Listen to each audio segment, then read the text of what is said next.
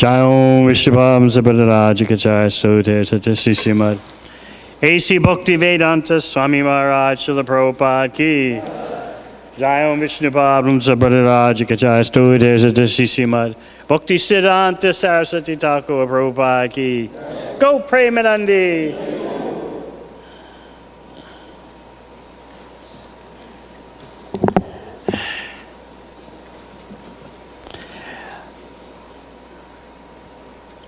In thinking how to begin this seminar, I thought to proceed with some of the points that His Holiness Bhakti True Maharaj was making this morning. Talking about Gita Nagari in the context of Sri Chaitanya Mahaprabhu. Because no doubt some of you may be wondering, what is the function of a place like Gita Nagari in relation to the mission of Sri Chaitanya Mahaprabhu,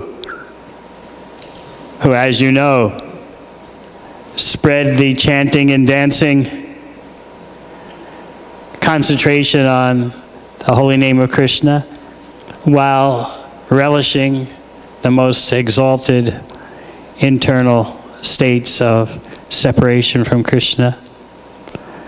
So what does Gita Nagari have to do with Mahaprabhu, besides the fact that on the altar there is Lord Chaitanya, Lord Nityananda?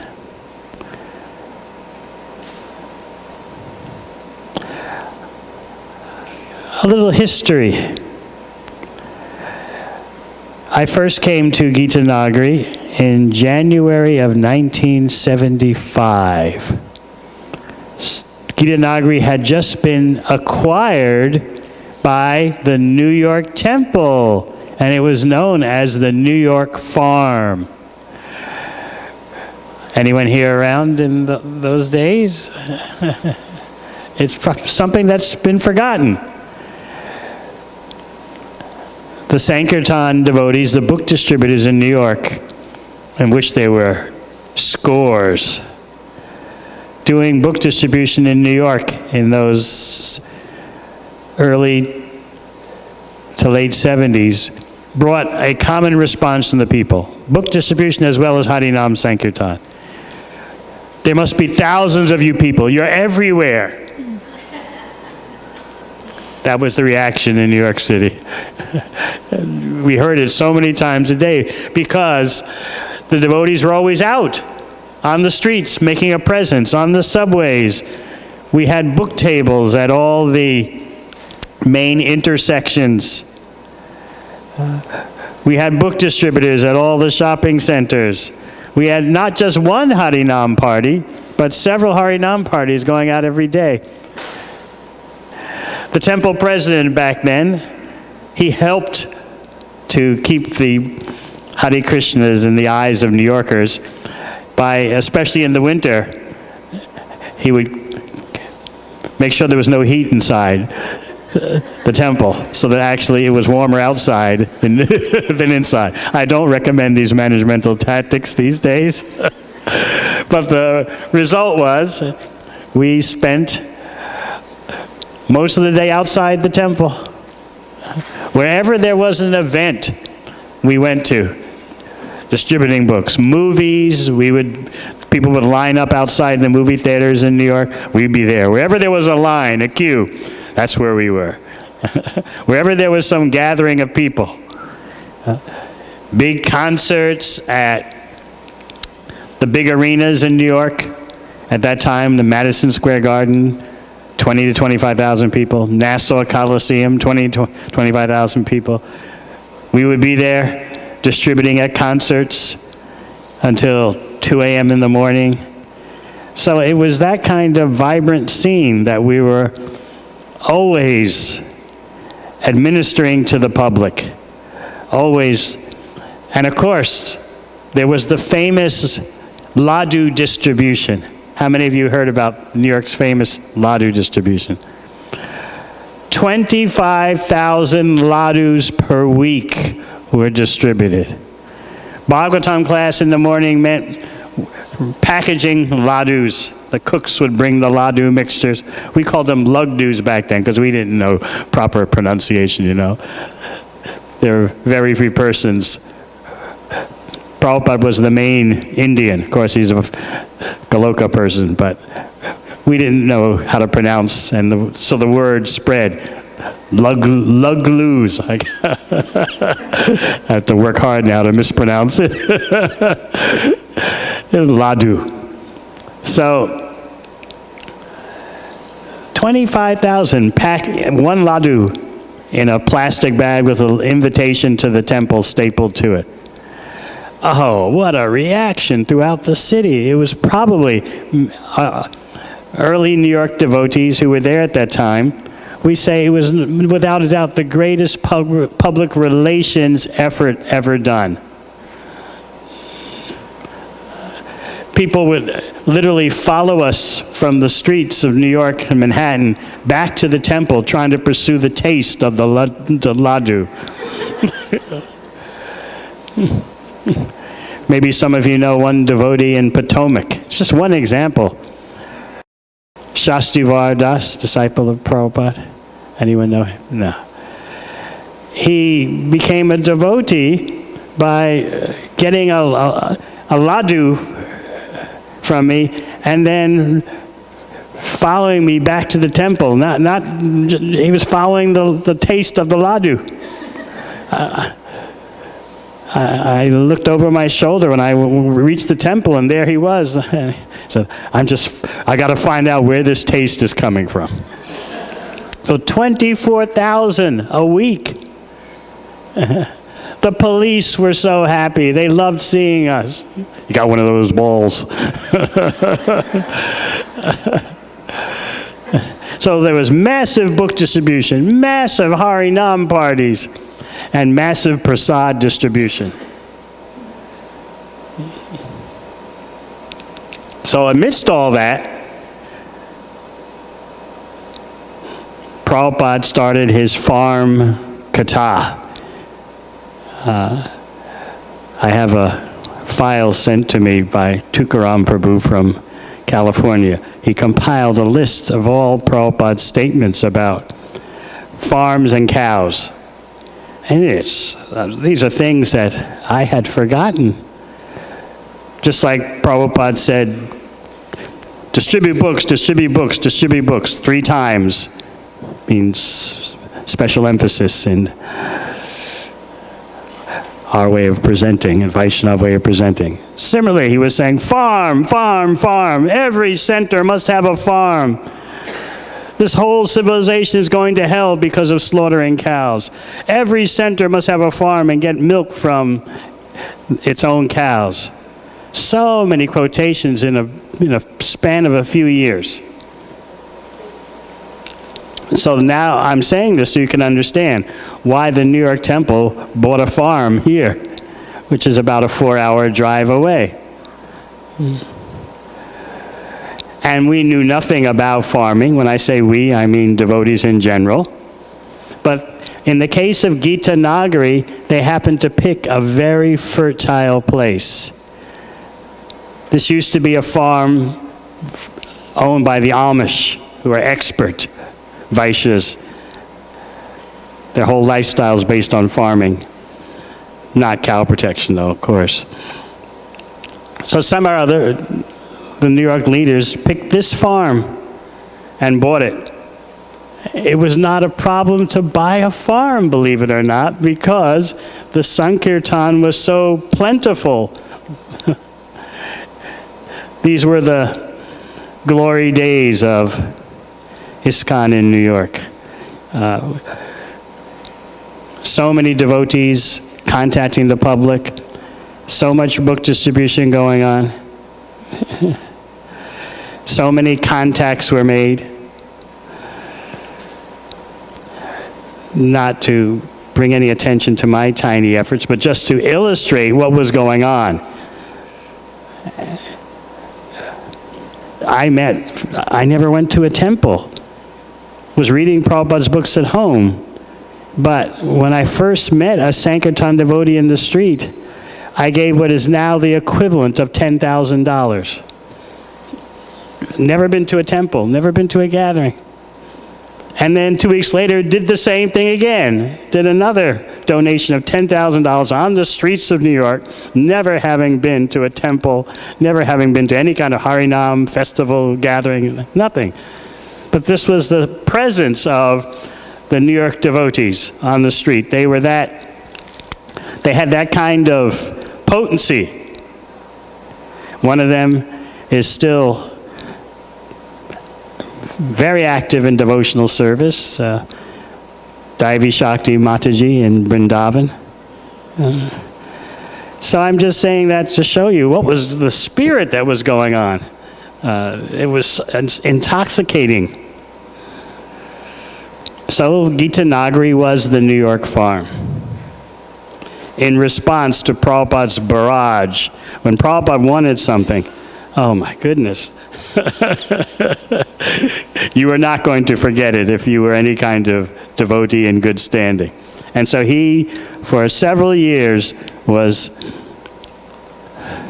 emphasizing farms, farms, cows, cows. And so as a result, Gita Nagari is here, and it's been through many phases. Gradually, Radha Damodar came when the famous Radha Damodar parties in North America, those book distribution parties organized by Tamal Krishna Maharaj, when they decided to base themselves somewhere, they brought the deities here. And these deities, as most of you know, used to travel in buses. And everyone knows the story, right, about Radha Damodar. I don't have to say it, right? Everyone knows? Anyone doesn't know? They would travel in the back of one bus, a traveling Sankirtan bus. And therefore the devotees, led by Vishnu Jan Maharaj, tied them so that they wouldn't fall off the altar while the bus is driving. But Damodar, that we now call him Damodar, would always come loose. No matter how they expertly and diligently tied Damodar so that he wouldn't move around while the bus was traveling, he'd always come loose. So devotees told Prabhupada what was going on, because you told Prabhupada everything back then. We didn't know anything. So Prabhupada's response was, "You must call this rascal Damodar."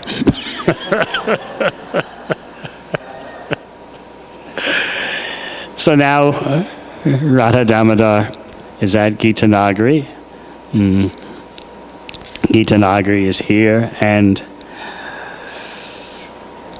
we can think, what was Srila Prabhupada's vision, seeing a place like this as part of Lord Chaitanya's movement?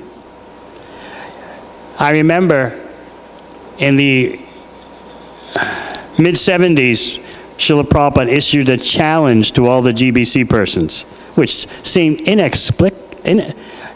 incomprehensible at the time. Not only for the, shall we say, rank and file devotees, but also for the leaders too.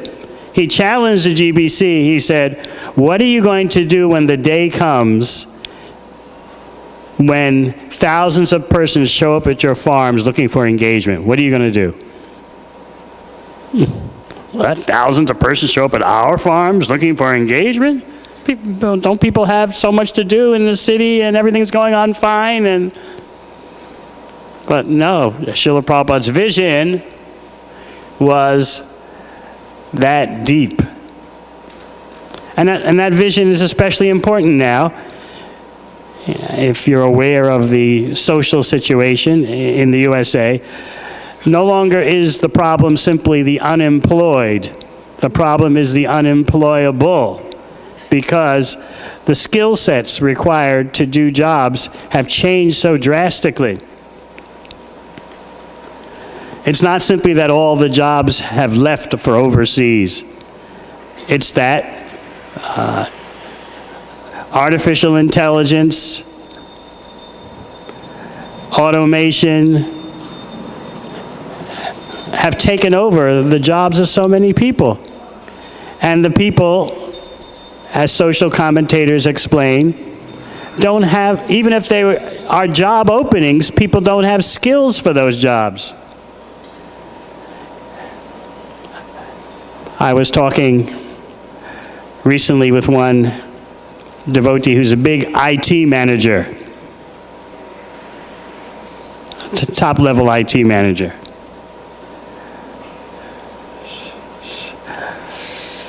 And he was telling me the pressure on you is so great because you have to keep learning, relearning, because things keep changing. You have to keep up with the competition. No one is secure. If you don't do that, your job is gone. Because even in the IT world, the machines are taking over.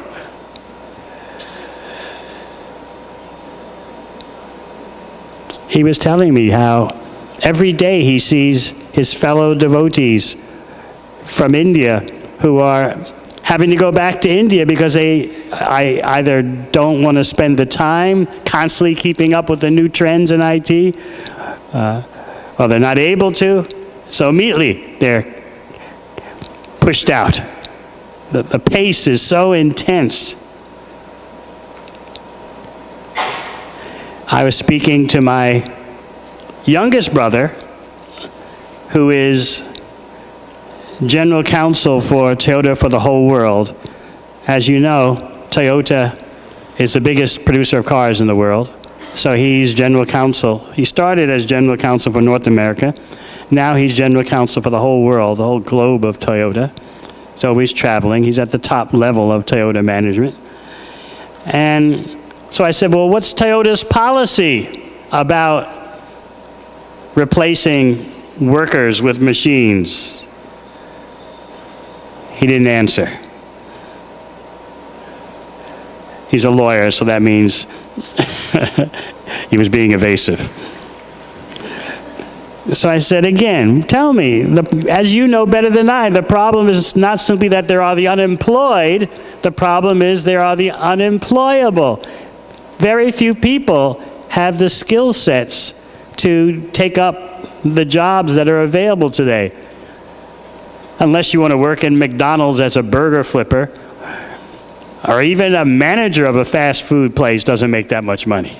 So as far as the jobs that are available, they require such skills, and those high-level skills are constantly changing. So I said again, what are you going to do about this? It's not just the unemployed, it's the unemployable. There are going to be vast hordes of them. He said, yes, that's true. There'll be so many of them. And what is the usual historic solution? The usual historic solution is send them off to the war fields. That's how you get rid of your excess population that has no jobs. So you see, Prabhupada was so prescient, he was so futuristic. Even now, it's difficult for us to see that. Thousands of people looking for engagement. So Prabhupada challenged the GBC in the mid-70s. What are you going to do when thousands of persons turn up at your farms looking for engagement?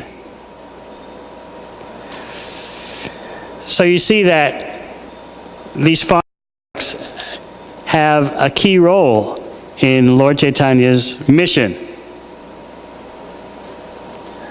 both now and for the future.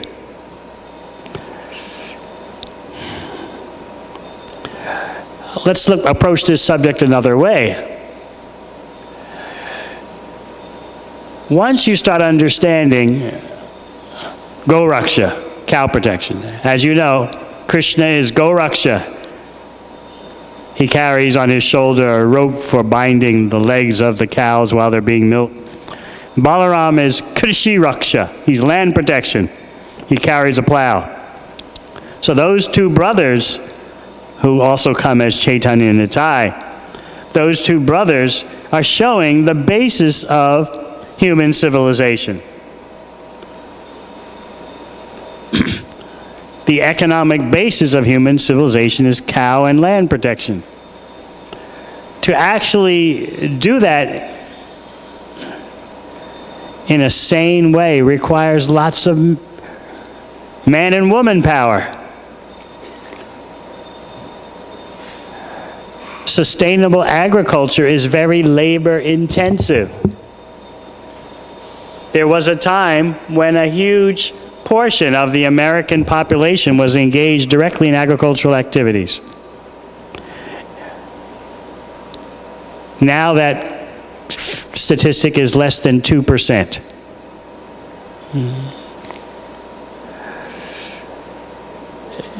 In the past, it was quite common for a family to run a farm.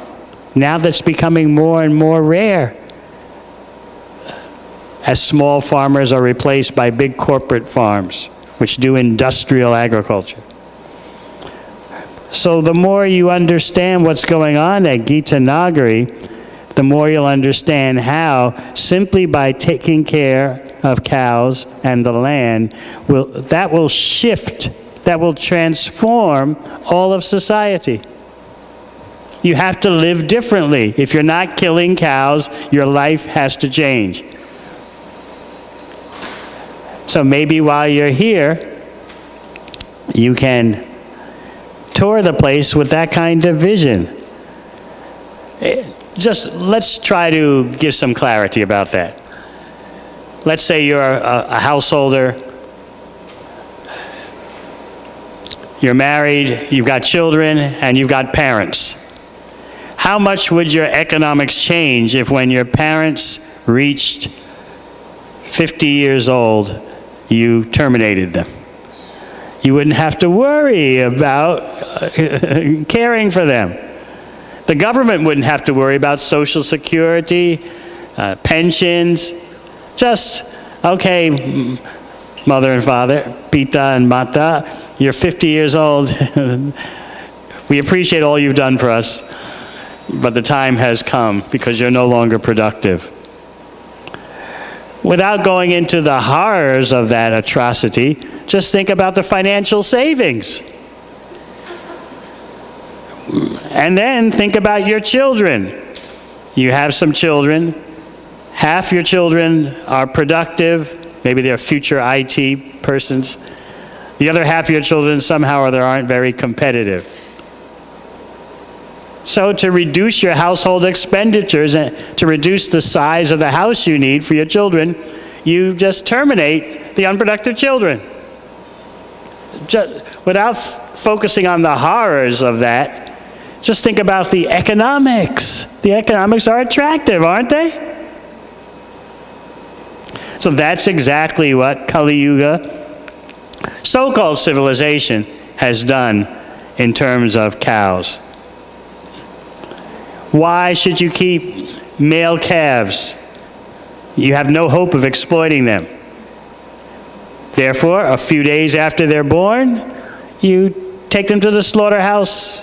Let people who are meat eaters relish the taste of tender baby calves. Veal is very popular.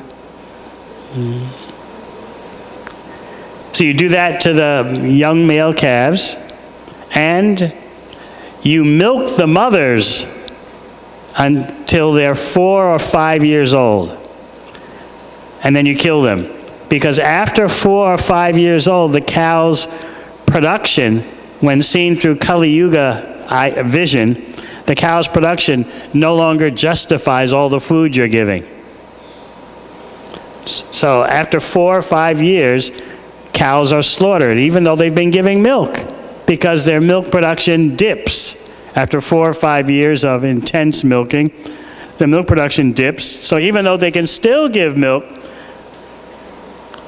the farmer says, it's not worth it. I don't get as much bang for my buck anymore. So what do? You kill them. So in that way, the society, a meat-eating society, artificially thrives. But to take care of cows properly requires labor.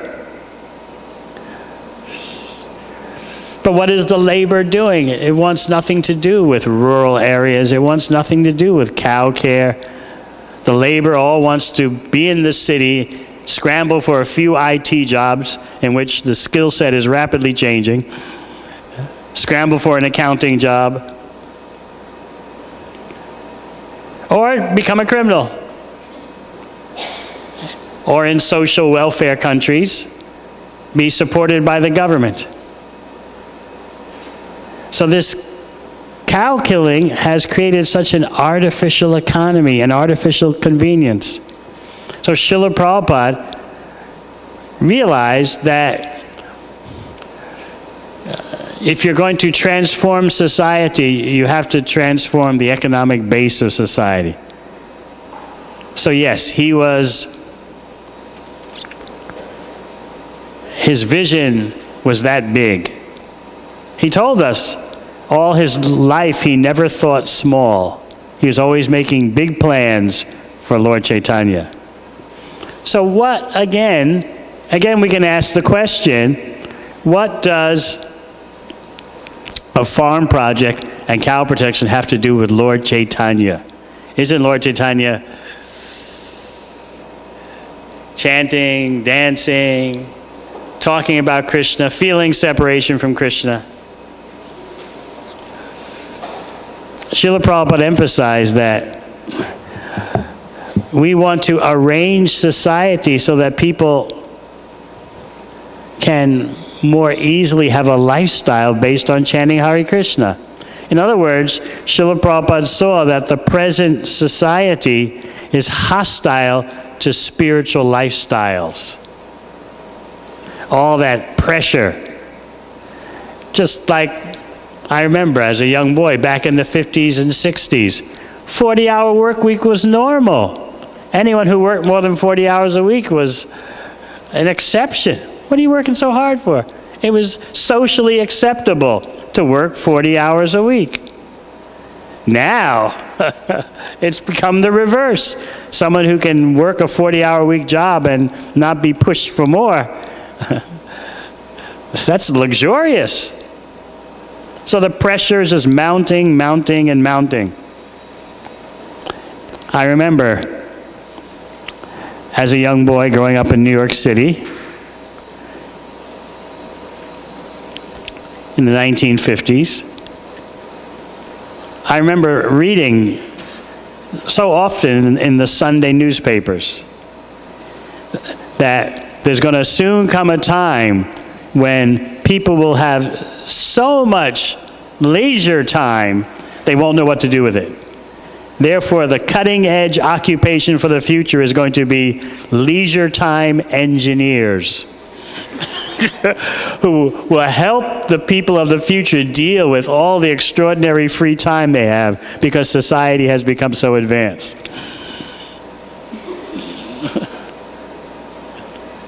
So that was the capitalist dream. On the other side of the ocean, you had the communist dream, which was the state will wither away and leave people with so much ample free times. So everyone was dreaming. There was the capitalist dream, there was the communist dream. None of those dreams ever fructified.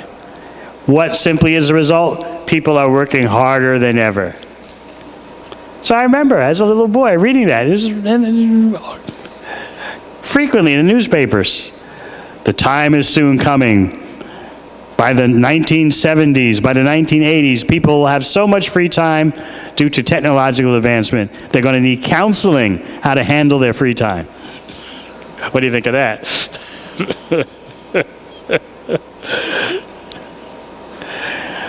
Obviously, the reverse happened. The pressures of living today are so intense. This top-level IT manager in the USA, devotee from Mumbai, was telling me that if you get downsized, if you can't keep up with the pace, you have to go back to India, most likely. And it used to be that you would immediately get a job in India in IT because you had US experience, but not anymore, he said. Because so many people in India have experience doing IT for the U.S. while living in India. So unless you're a manager, a top-level manager, you can't just go back and profile. I've been in the U.S. 10 years, please. No one cares. So there's such pressure. What are you going to do? So my point in saying this is to explain to you how Srila Prabhupada saw that this kind of society is hostile to lifestyles based on chanting Hare Krishna.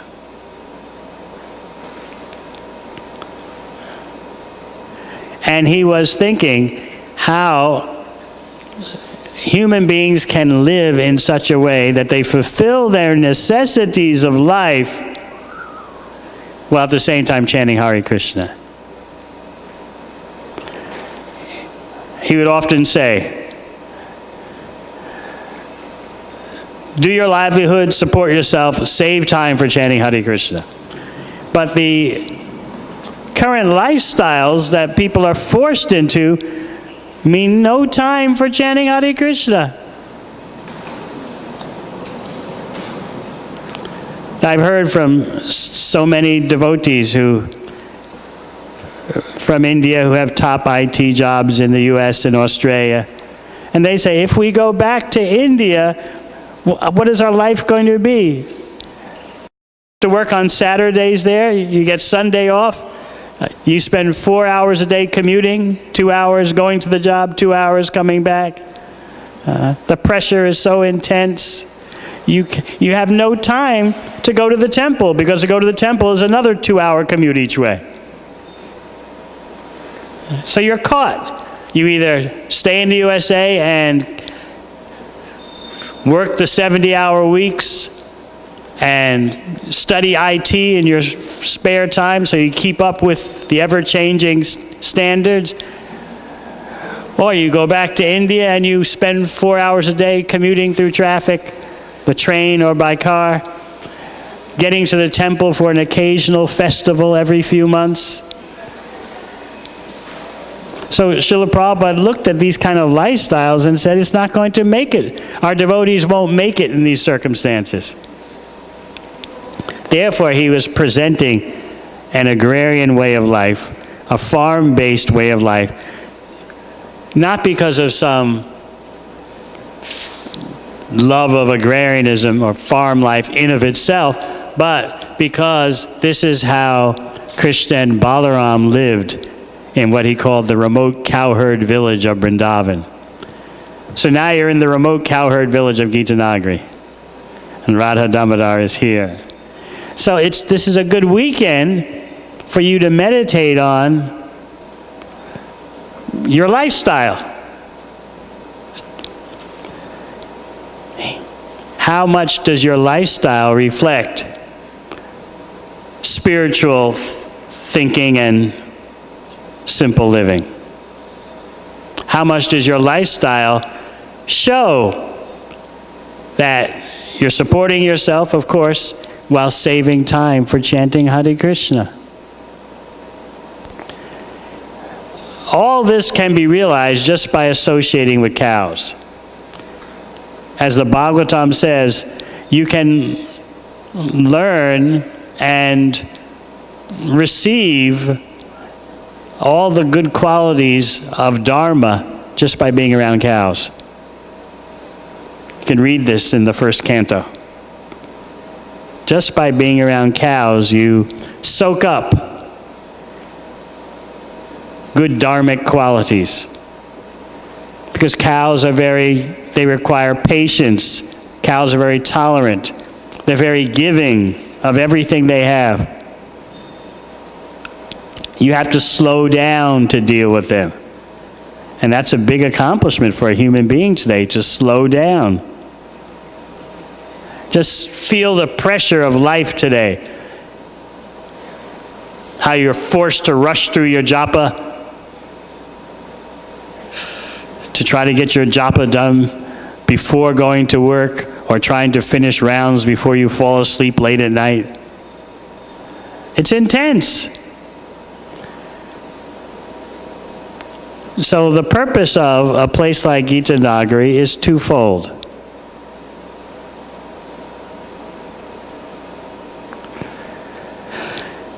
To show the possibilities of another way of life, but also for those who live in the city for whatever reason. You know, jobs are in the city, your homes are in the city, your family's in the city. What can be done? Okay, there is something that can be done. Where do you get your milk from? Well, milk comes from the store. Really?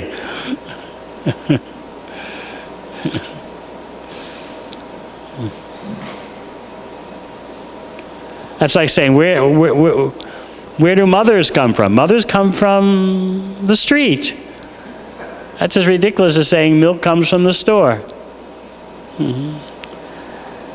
So we are forced into artificial lifestyles based on cow slaughter, forgetting our debt to the cow.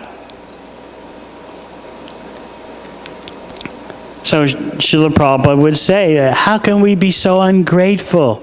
The mother gives you her milk so easily, and then you slaughter the mother. Where is compassion? Where is even basic, primitive human good qualities? Where are they? They're all out the window.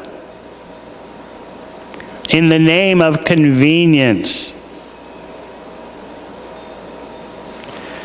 And then there's what sociologists call the resignation theory. The resignation theory means, what do you want out of me, Swami? I didn't make the world this way. I'm just trying to support my family, be an honest householder, trying to visit the temple as much as I can, trying to give some donations. What do you want out of me? Yeah, it's the world is tough, but I didn't make this world this way.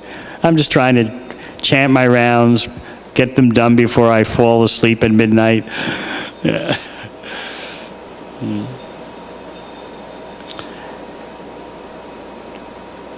To deal with all these challenges, one strategy, a main strategy of Srila Prabhupada, was to establish these farms.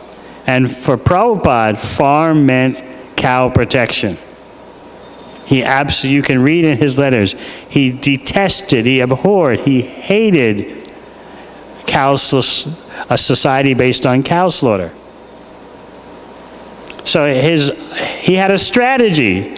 Prabhupada's strategic thinking was that and he said it several times, every temple should have a farm. And get its milk from the farm. Not only for the temple, but he had a vision that every temple would have a restaurant. And the milk products from the farm would be used in the restaurant as well as the temple. So this is why in the mid-70s, ISKCON was on such a farm binge. And as a result, Gita Nagari was purchased. I'm just giving you the whole picture. So you see how everything fits into Lord Chaitanya's Sankirtan movement. Furthermore, as His Holiness Bhakti Charu Maharaj is explaining, this is another reason why, before his departure, Srila Prabhupada said he wanted to go to Gita Nagari. Why? To show people how to live simply on the land. So was Prabhupada simply having some back to the land idealism? No, he was seeing what kind of civilization do we have that will allow persons to have a proper bhakti lifestyle. He saw the cities crushing persons. Now, so many of you may be working in IT or accounting, engineering, and those jobs are generally in the cities. But you can see yourself how the pressure keeps increasing. The pressure keeps mounting, leaving you with no time as employers demand more and more and more, and you have to keep up.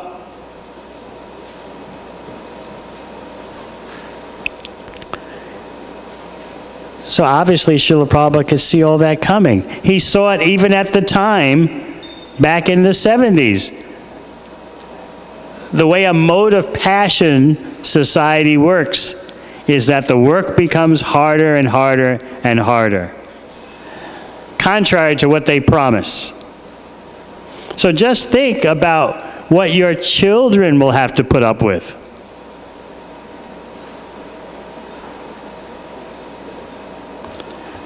So therefore, Srila Prabhupada, to enhance Lord Chaitanya's Sankirtan movement, to facilitate Lord Chaitanya's Sankirtan movement, pushed farm projects. And therefore, right before his departure, he said, I'm going to go to Gita Nagari and show how to live simply on the land. Living simply on the land means cows. It means growing food. Those are labor-intensive activities. And because they're labor-intensive activities, they can transform the way we live.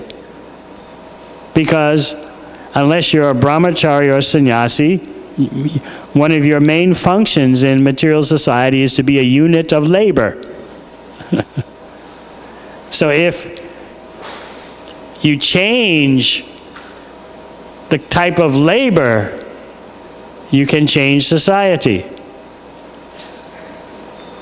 So Srila Prabhupada was thinking about all these things when he pushed for farms as a main strategy in Lord Chaitanya's Sankirtan mission. So therefore, the New York Temple purchased Gita Nagari, because Prabhupada said every temple should have a farm and get its milk from farms. So that's why you're here today.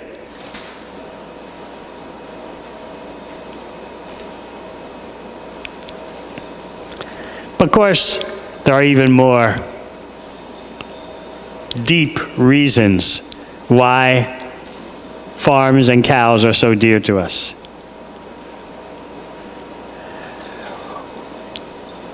Do you plan on going to Vaikuntha or Goloka Vrindavan? You plan on going to Goloka Vrindavan, you better get used to cows.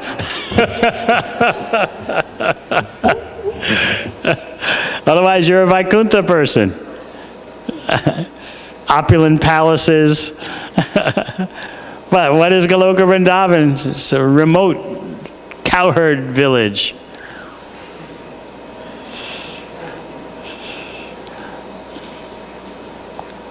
Remember in Chaitanya Charitamrita, the discussion between Srivas Thakur and Srup Damodar after Rath Yatra in Puri. It was the Hera Panchami festival in which Lakshmi Devi comes out of the Puri temple to look for Jagannath. As Jagannath has gone to Gundicha, which is Vrindavan. So Lakshmi Devi is coming out. Where's my husband? Angry. So Srivas Thakur was discussing the grandeur, the opulence, the majesty of Lakshmi Devi. And he said to Srup Damodar, just see, this is real majesty, this is real opulence. What is available in Vrindavan? Vrindavan simply has some clumps of grass, some peacock feathers, some boiled. But look at Lakshmi Devi.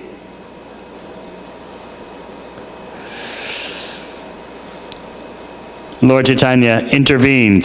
Srivas, you are acting in Narada Swabhava. You're acting in the constitutional position of Narada Muni, because that's who he is. But Srup Damodar, he's a simple, pure devotee of Vrindavan. What are you telling him all these things for? Then Srup Damodar began reciting what you find in the Brahma Samhita about the wealth of Vrindavan. Every step is a dance, every word is song, the water is like nectar, the cows are all Kamadhenus, the trees are all Kalpavriksha.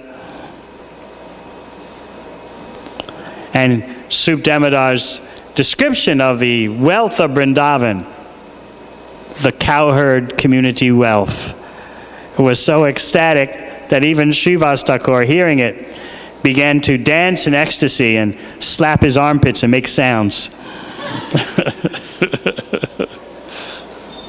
And then the most ecstatic kirtan resulted with Lord Chaitanya, Lord Nityananda, and all the devotees. Just on this discussion, the kirtan erupted after this discussion about the opulences of Vaikuntha versus the natural, simple wealth of Vrindavan. The kirtan became so ecstatic that Nityananda saw Lord Chaitanya manifest as Srimati Radharani. And Nityananda offered his respectful obeisances from a distance. So if you plan on going to Goloka Vrindavan, as per Krishna's desire, then you have to be attracted to cows, because that's all you're going to find there. There'll be no IT there, no accounting jobs there.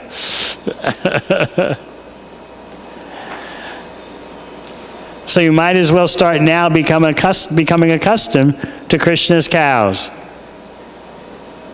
Here, the cows all belong to Sri Sri Radha Damodar. Sri Sri Radha Damodar is the proprietor. One Janmashtami a few years ago, on Janmashtami day, somehow or other, a cow from somebody else wandered on the highway and came up Gita Nagari Road and has been here ever since. How a cow can wander on the highway and then turn up the right street, the right lane where it'll be protected on Janmashtami day. Very auspicious.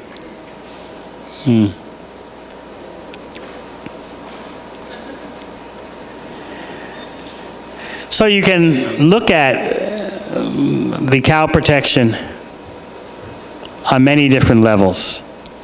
I think everyone here drinks milk, yes? You have to start thinking, where does your milk come from?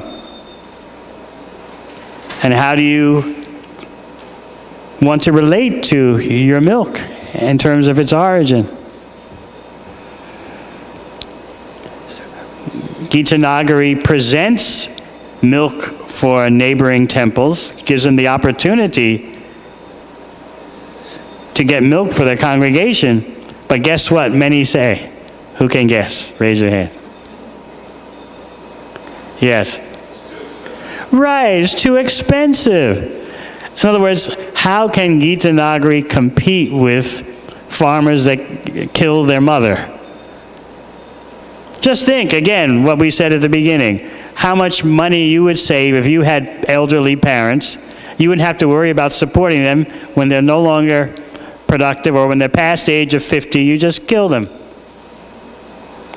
Life would be much cheaper for the government too. No pension funds, no social security crisis. That's always a big concern. Will Social Security be able to pay out in the future? Is the whole Social Security program bankrupt? You won't have those worries. As soon as you reach 65 years old, no need for Medicare, no need for Social Security. Finish you.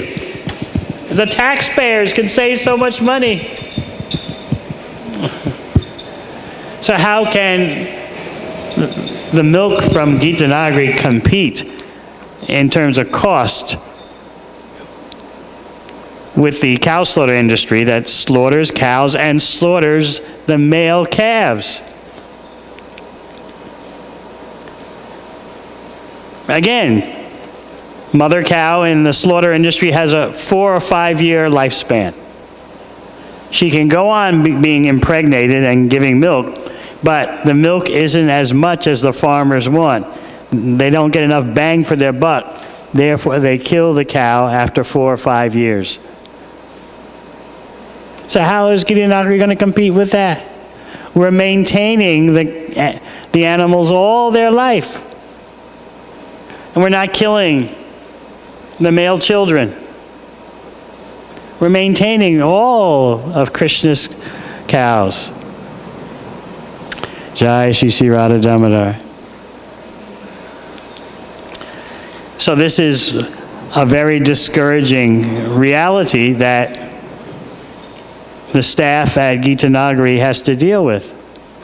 It's too expensive. Yeah, it is more expensive because we're not killing. We're not part of the killing conspiracy. We're maintaining Krishna's cows. And as Prabhupada said, that maintenance of the cow is simply ordinary gratitude. It's not actually a sublime, elevated human quality. It's just basic, primitive gratitude.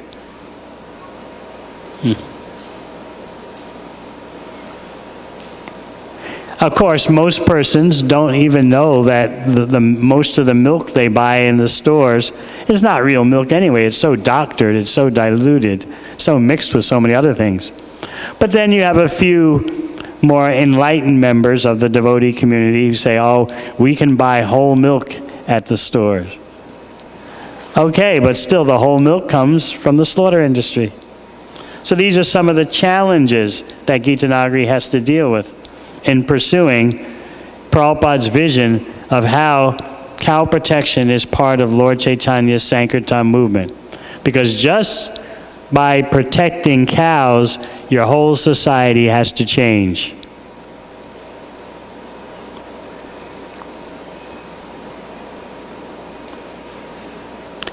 Just like you might think, well, to take care of the cows here, you could hire so many people. There must be so many people in the area who don't have jobs, who you could easily hire to take care of calves, just like in India. Take care of cows, just like in India. No, it's not like that. Because it's so cheap to live around here that people don't have to work so hard. So it's not like they're looking for employment. Secondly, if they're looking for a job, what makes you think they have the proper attitude for taking care of Krishna's cows? Krishna's cows. What makes you think they have that right attitude? They're meat eaters. So you just can't hire anyone. They have to have the right skill set for dealing with Krishna's pets. And that's what the cows are. They're Krishna's pets.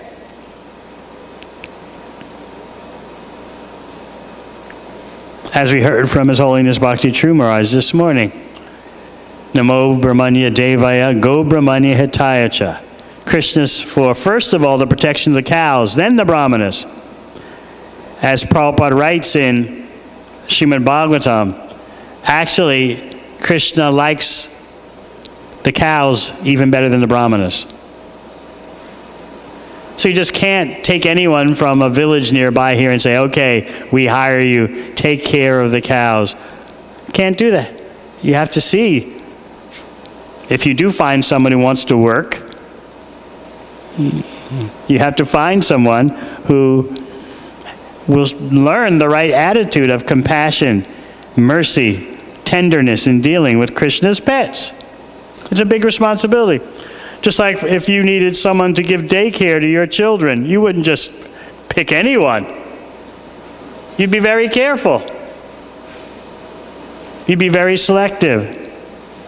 And in fact, you often would conclude, you'll just do it yourself. You'll just make an arrangement yourself to take care of your own kids. Even though you can make more money by sending the kids to daycare, you might be concerned. Where can you find a proper daycare center? So all these concerns are there. To meet these concerns requires a transformation. It requires a transformation in our devotee consciousness.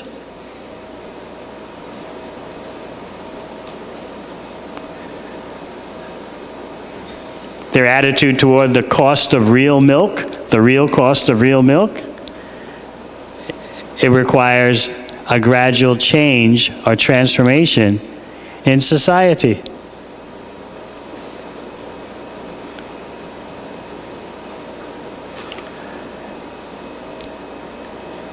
I speak a lot at universities in the USA. At universities, amongst the youth there, veganism is getting more and more popular every day. That means no milk, because they can't believe it's possible to get milk in a compassionate way.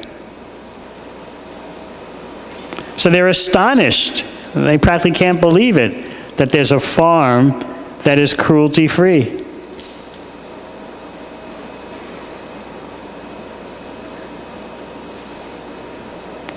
So there are people who want to hear about Krishna in this way. They're impressed. You're actually walking your talk. You're not just saying, Gobramani Hatayata, Krishna is Govinda. He gives pleasure to the cows and senses. Meanwhile, we just feast on slaughterhouse milk. No, people they know, they can see. You Hare Krishnas, you're always talking about cows and don't slaughter and vegetarianism, but where do you get your milk from?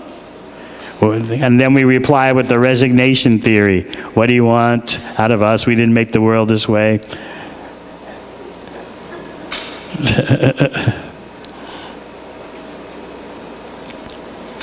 So remember, and then we'll take some questions.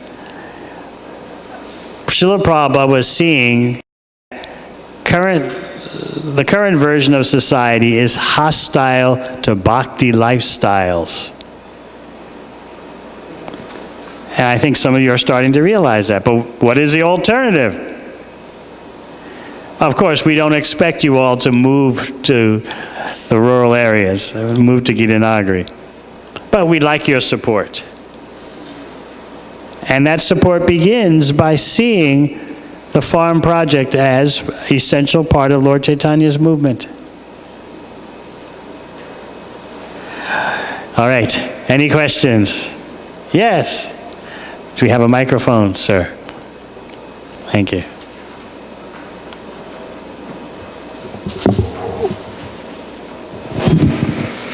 Hare Krishna Maharaj, thanks for a very pertinent and enlightening class. I have a couple of questions. First is, there is this concept of prasadam, which we have, which means food that is accepted by Krishna.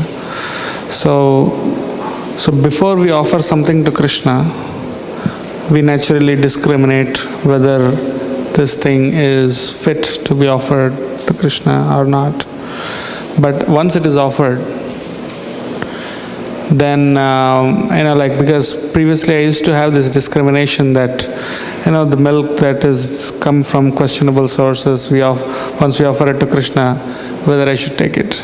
But then later I felt guilty that I'm discriminating within prasadam. So that's another offense.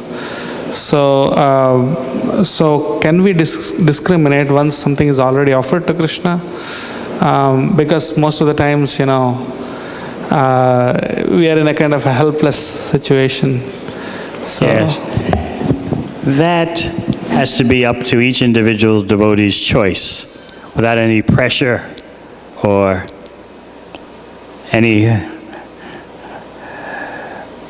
without any pressure.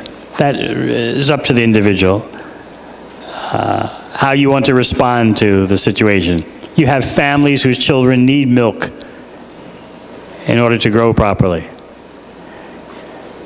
So you just can't make a blanket rule that no one can buy milk from the store.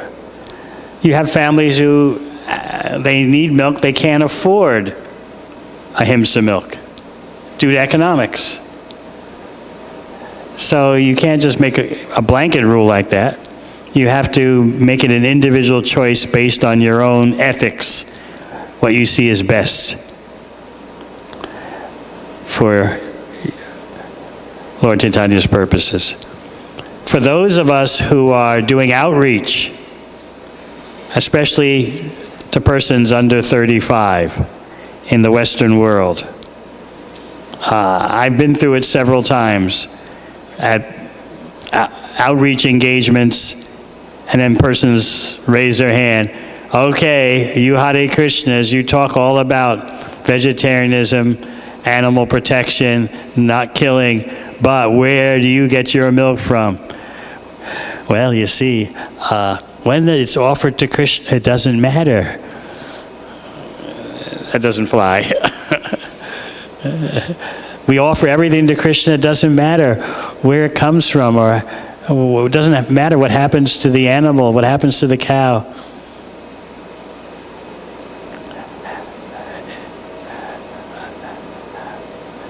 I've just gotten tired of trying to answer that question. It's like trying to touch your nose by...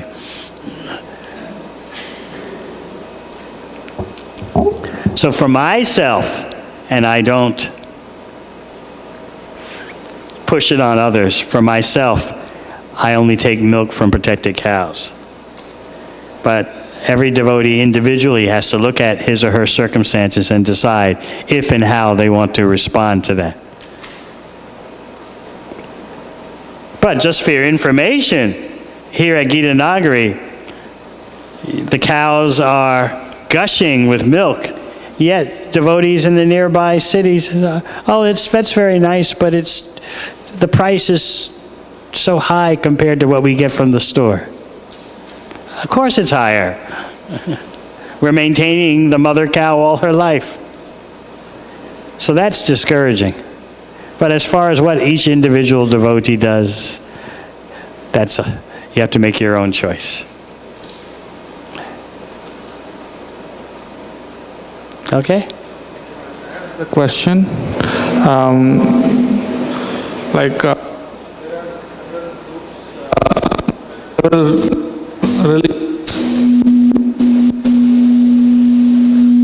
there are several religious groups in India. I'll repeat what you're saying. There are several religious groups in India who also believe in cow protection.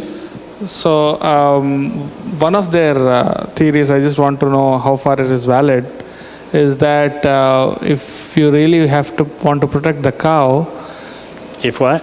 If you really want to protect the cow. If you really want to protect the cow.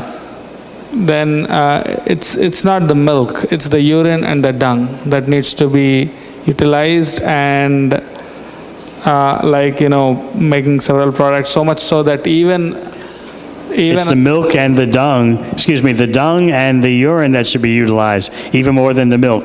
Right, and that's when, it becomes economical, and when it becomes economical, that's when not only we, but everyone can protect the cows. We're just proceeding along the lines our founder Acharya gave us, which is that the centers in the city should be getting milk from our own cows. Yes, of course, the whole package, as His Holiness Bhakti Maharaj was discussing this morning, the urine of the cow, the dung is so beneficial. But human beings are drinking milk. Where do they get their milk from? By answering that question, you can get to the core of the Kali Yuga economy and how it operates. Just by riding on that path, you'll get to the root of the situation. So yes, of course, the cow gives so many other benefits. Anything else? Yes. I wanted to thank you so much for your speaking out about all of these things in a very clear way. And Prabhu here is videoing it, and I personally hope that I can get a copy and to make sure that plenty of people hear this. And I was just really reflecting on your whole sociological explanation, and then when you came to the point it costs too much, because I've always heard this said too, I was thinking that this also makes us look at what are our priorities, like what do we spend our income on, and what do we consider important. And so that was something that really reflected to me also. And then I also thought about, like you said, it costs too much. And then I thought about what's important. And then I even thought about the story of Sanatana Goswami and the touchstone, and that Prabhupada, he did say that, that just by having the association of cows, how important it is. So even in our spiritual life, the cows are like spiritual touchstones. So I really wanted to thank you for the beautiful service that you're doing here. And I just wanted to share a small realization I had also, that as far as Gita Nagari being part of the Sankirtan movement and preaching, in relation to what you're saying, like when people read our books, they hear the holy name, but when they come and they see what are we doing, that would change their heart. That would change their heart. And for devotees also, that not everyone could travel to India, and even the Holy Dham nowadays sometimes is very difficult to approach. So my understanding and what I see happening here now is that Prabhupada wanted a Dham. He wanted a place where people can come and be inspired in chanting. So I just wanted to really thank you for your speaking out, and for all the devotees here for creating an atmosphere that helps us to remember Krishna. This morning we went on a walk, and when I saw the cows walking into the barn, that was like Krishna book coming alive. So thank you. Hari Bol. Hare Krishna.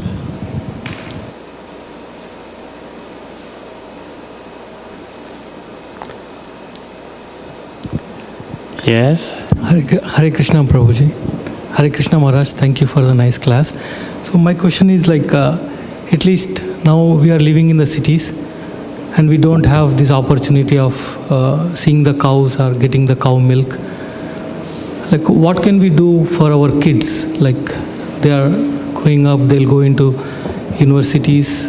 So what do you think options they have to get education about these cows or farming? And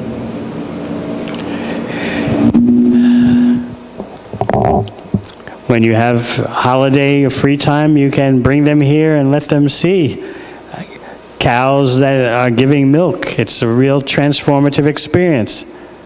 Let them see let them see the origin of the milk that's on their table, that you're on their altar, that on their table. Let them see.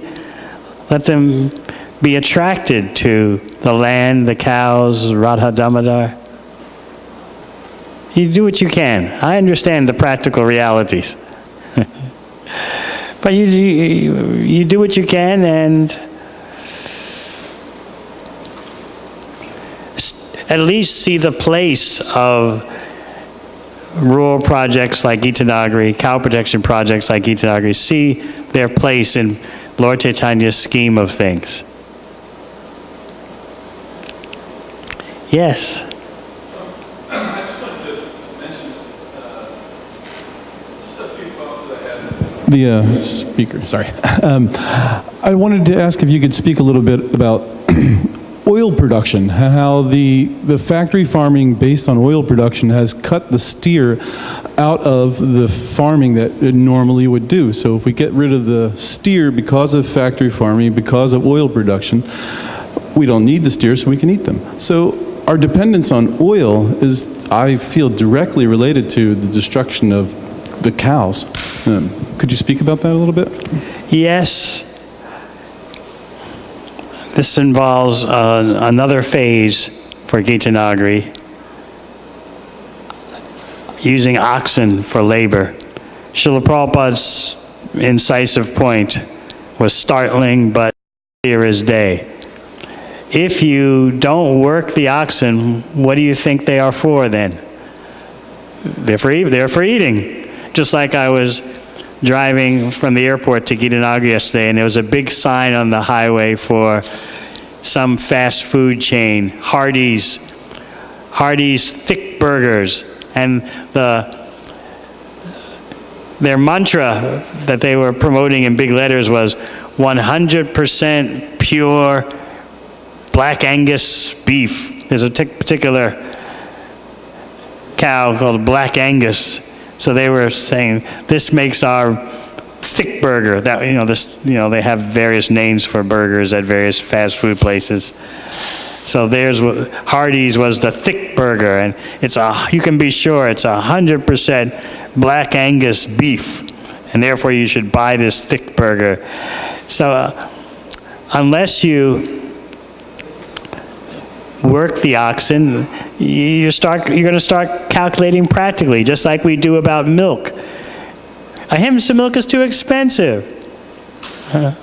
Similarly, it's too expensive maintaining oxen. You naturally start calculating that. So yes, that's a phase that's futuristic for us here at Gita Nagari. We're starting with milk, but one day we hope to get into working the oxen, and they do here send devotees for training. There are still a few places in America that will train you in how to handle oxen. So yes, you're right. Once you start thinking in this way about oil, other resources, you really get to the heart of the whole exploitative Kali Yuga economy. When you had mentioned the Prabhupada saying, what are you going to do when thousands of people come to the temples and the farms to work? It's so directly related to the oil industry, and it's only a matter of time before people realize that, or we run out of oil. Well, we hope you'll be here to help us. Yeah, absolutely. This place needs visionaries. Everything starts with a vision. Srila Prabhupada had a vision, therefore we have this place now. Sometimes along the way we forget that vision. We forget where food comes from. Food comes from the store. Air comes from the air conditioner or the heater. Garbage goes down the drain. Toilet waste goes down the drain. We're totally cut off from nature. Sunlight comes through the window. Moonshine comes via the window.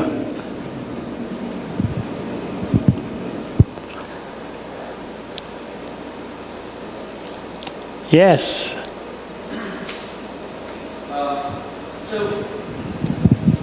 Hare Krishna Maharaj. So I've been engaged a lot more recently in promoting Krishna conscious philosophy through social media and things like that, because so many youth and people today, they get their ideas and their philosophies through these images as well as like movies and other media. So how do we preach this philosophy you've been speaking of to like a civilization who's intoxicated by like the promises of skyscrapers and cities and even like being digital and going into this techno-utopian world where everything's going to become universalized, where everybody gets more and more because of the technology? How do we like show them that that's obviously a fantasy, but they're very convinced of it? How do we show that this is the real technology, this is the real wealth? If you want to tackle that, you have to be a bit expert, and actually, as this Prabhu was saying, you have to be able to present to them a diagnosis that you think it's all advancement, but this is what's really happening. Just like I was reading one survey of men right after the global financial crisis hit in 2008, a survey of American men. And 70% of them said in an economic crunch, they would rather give up food than give up video games.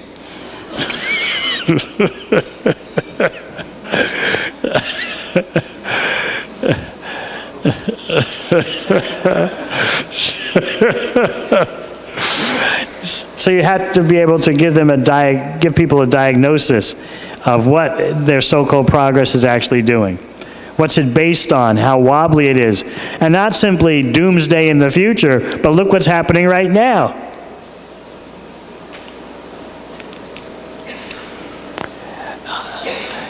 If you can do that, then you can diminish their faith in what's called promissory materialism. Materialism that makes a promise. It's going to be better. There's so many young people now are realizing they've been misled. They're waiting to hear from you. So whether you can convince them that the dream is actually a nightmare, or you simply present to them a better way of life, you can help them.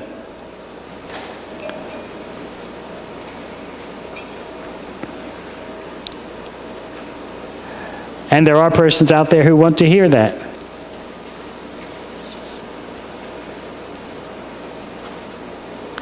So we hope you'll continue with your golden efforts.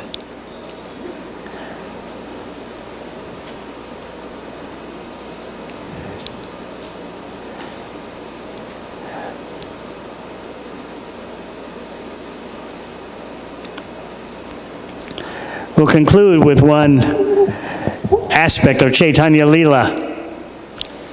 I'll speak more about that tomorrow. When Lord Chaitanya took sannyas, after he left Katwa, he was wandering in the western part of Bengal, trying to get to Vrindavan, and he saw herds of cows and cowherd boys. And he lost himself. He started remembering himself as Krishna, the cowherd boy, Gopal Krishna. He started acting according to Gopal Krishna instead of Chaitanya Mahaprabhu. Of course, Chaitanya Mahaprabhu is Gopal Krishna and Radha combined. But just by wandering around in ecstasy and seeing a herd of cows and cowherd boys, he responded like Gopal Krishna.